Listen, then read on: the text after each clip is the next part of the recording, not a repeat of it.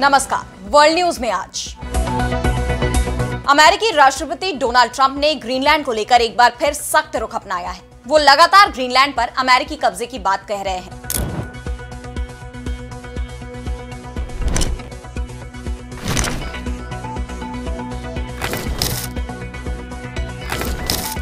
लेकिन तमाम देश इसका विरोध कर रहे हैं। खुद ग्रीनलैंड के लोग इसके खिलाफ हैं और डेनमार्क के पीएम ने साफ कह दिया है कि ग्रीनलैंड कभी भी अमेरिका का नहीं हो सकता। ऐसे में अब ट्रंप ने ग्रीनलैंड को लेकर बड़ी चेतावनी दे दी है। ग्रीनलैंड के खिलाफ सैन्य कार्रवाई कर सकता है अमेरिका। इस बीच ईरान भी ट्रंप प्रशासन पर भड़क गया है। इन सब पर हम करेंगे विस्तार से चर्चा, लेकिन आइए जरा उन खबरों को भी देख ले जिन पर आगे होगी बात। रूसी राष्ट्रपति पुतिन के काफिले की कार में ब्लास्ट, खुफिया एजेंसी एफएसबी के मुख्यालय के पास हुई घटना, जेलेंस्की ने की थी मौत की भविष्यवाणी। गजा में युद्ध विराम के प्रस्ताव को हमास ने दी मंजूरी, इजरायल ने पेश कर दिया नया प्रपोजल। फिर क्या अटकेगा सीज फायर? नेपाल के पूर्व राजा ज्ञानेंद्र शाह पर लगा जुर्माना, राजशाही के समर्थन में हुए हिंसक विरोध प्रदर्शन के दौरान नुकसान को लेकर मांगा गया हर्जाना। और चलते चलते में देखेंगे ब्रह्मांड में विस्फोट से क्यों घबराए वैज्ञानिक, अब तक का सबसे गर्म विस्फोट किया गया दर्ज। इन सभी खबरों पर हम आगे विस्तार से करेंगे बात, लेकिन पहले एक नजर हेडलाइंस पर। म्यांमार में भूकंप से 1600 से ज्यादा मौतें, आपदा के बीच भी नहीं रुक रहे जुंटा सेना के हवाई हमले, भड़का संयुक्त राष्ट्र। अमेरिका ने ग्रीन कार्ड की प्रक्रियाओं पर लगाई रोक, कई हिंदुस्तानियों पर भी पड़ सकता है असर। अप्रवासियों की पहचान और सुरक्षा जांच की प्रक्रियाओं को सख्त करने के इरादे से किया गया फैसला।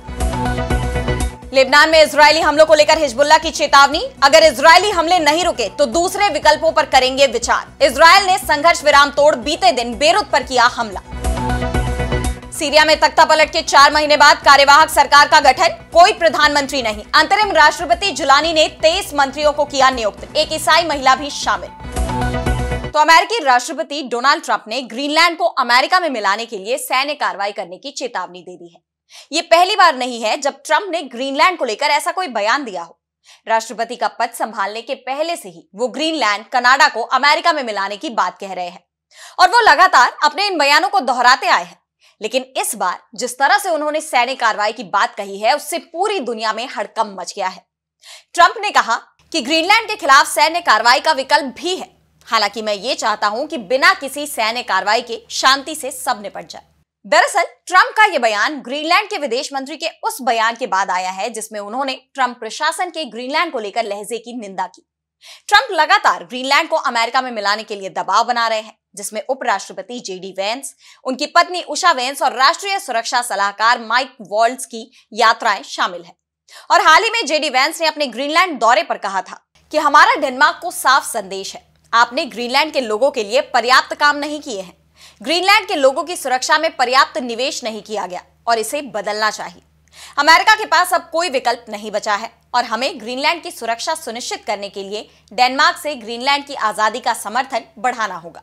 डेनमार्क और ग्रीनलैंड ने पहले भी अमेरिका के इस रवैये की निंदा की है और अब वेंस के इस बयान पर विदेश मंत्री लार्स लोके रासमुसेन ने एक बार फिर इसे अनुचित बताया। उन्होंने सोशल मीडिया पर एक वीडियो पोस्ट कर कहा कि उनका देश पहले से ही आर्कटिक सुरक्षा में ज्यादा निवेश कर रहा है और अमेरिका के साथ ज्यादा सहयोग के लिए खुला है। बताया जा रहा है कि रासमुसेन के इस बयान पर ट्रंप भड़क गए और उन्होंने सैन्य कार्रवाई की चेतावनी दे दी। लेकिन ग्रीनलैंड पर कब्जा करना अमेरिका के लिए इतना भी आसान नहीं होने वाला। ग्रीनलैंड के सपोर्ट में अमेरिका के खिलाफ पूरा यूरोपियन यूनियन खड़ा हो सकता है। ट्रंप के बयानों से पहले से ही यूरोपियन यूनियन अमेरिका से नाराज दिख रहा है। वहीं ईरान ने भी ट्रंप की धमकियों को लेकर अमेरिका को चेतावनी दे दी है। ईरान के संसद अध्यक्ष मोहम्मद बाकर गालिबाफ ने अमेरिका को चेतावनी दी है कि तेहरान को धमकाना बंद कर दीजिए। अगर अमेरिका ईरान के खिलाफ सैन्य कार्रवाई करता है तो फिर अमेरिका के सहयोगी देश और सैन्य अड्डे असुरक्षित हो जाएंगे। ईरानी नेता की यह धमकी ऐसे वक्त पर आई है जब अमेरिका ने अपने सैन्य संसाधन ईरान के करीब पहुंचाने की बात कही है, जिसके बाद सवाल ये भी उठ रहे हैं कि क्या ट्रंप एक और युद्ध शुरू करवाने वाले हैं। और अब बढ़ते हैं अगली खबर की तरफ, जहां हम बात करेंगे रूसी राष्ट्रपति पुतिन पर हुए हमले की। तो रूस और यूक्रेन के बीच अमेरिका के राष्ट्रपति डोनाल्ड ट्रंप युद्ध विराम कराने की कोशिश में जुटे हुए हैं। उन्हें इसमें थोड़ी कामयाबी भी मिली है। रूस ने ब्लैक सी, यूक्रेन के बुनियादी ढांचे और ऊर्जा संयंत्रों पर 1 महीने तक हमले नहीं करने का वादा किया है, लेकिन अब यह वादा टूटता दिख रहा है क्योंकि यूक्रेन की तरफ से रूसी राष्ट्रपति पर हमले की कोशिश की गई है। व्लादिमीर पुतिन के काफिले की लग्जरी कार लिमोजिन में सेंट्रल मॉस्को में विस्फोट हो गया। बताया जा रहा है कि इस गाड़ी का प्रबंधन राष्ट्रपति संपत्ति विभाग द्वारा किया जाता है, जो राष्ट्रपति के ट्रांसपोर्ट का काम संभालता है। अभी तक यह साफ नहीं हो पाया है कि घटना के वक्त कार के अंदर कौन कौन था। कार में आग लगने का एक वीडियो भी सामने आया है। लिमोजिन कार रूसी राष्ट्रपति की पसंदीदा लग्जरी कार है। वो अक्सर इस कार का इस्तेमाल करते हुए दिखाई दिए हैं।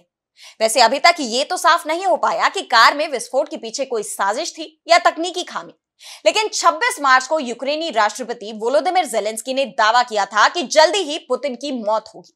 ऐसे में इस कार विस्फोट को यूक्रेन की साजिश से भी जोड़कर देखा जा रहा है। जिस लिमोजिन कार में विस्फोट हुआ, राष्ट्रपति पुतिन अक्सर उसका इस्तेमाल करते रहते हैं।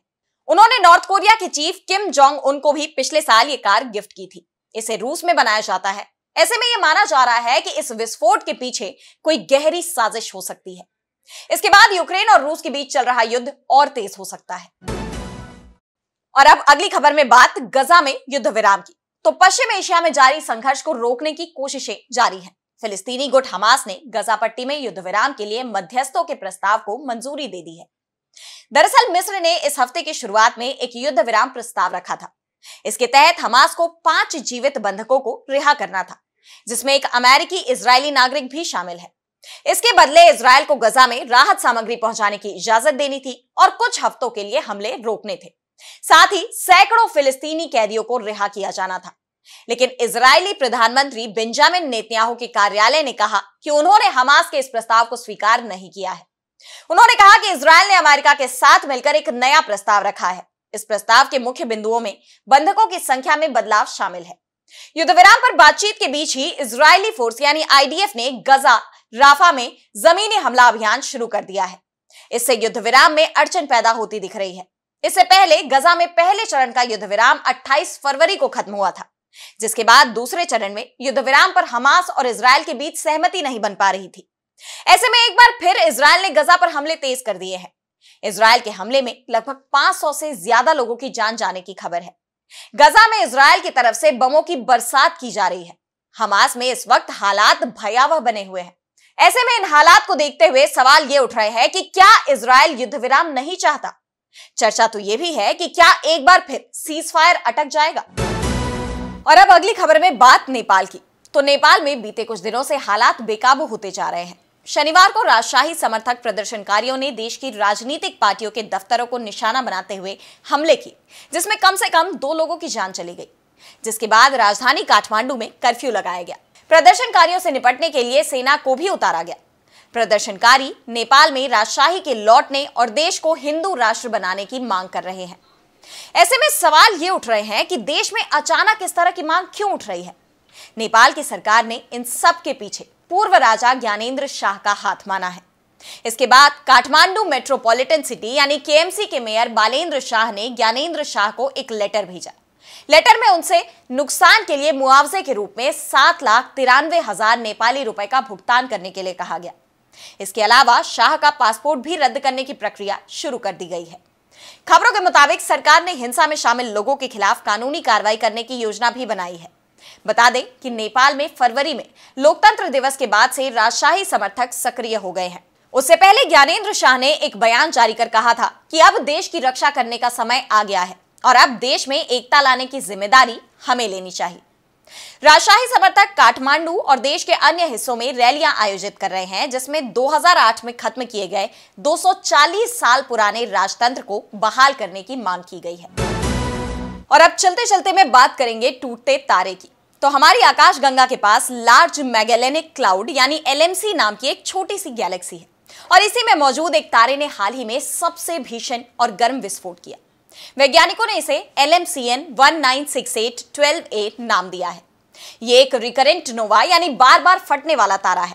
नोवा तब होता है जब एक सफेद बौना तारा अपने साथी तारे से गैस चुराने लगता है और धीरे धीरे ये गैस एक एक्रिएशन डिस्क बनाती है, जिसमें जबरदस्त गर्मी और दबाव बढ़ता जाता है। जब ये तापमान एक निश्चित सीमा पार कर जाता है तो हाइड्रोजन फ्यूजन शुरू होता है और एक थर्मोन्यूक्लियर विस्फोट होता है। इस प्रक्रिया में एक चमकीला विस्फोट होता है जो कुछ हफ्तों या महीनों तक दिखता है। लेकिन नोवा में तारा नष्ट नहीं होता, जबकि सुपरनोवा में पूरा तारा फटकर खत्म हो जाता है।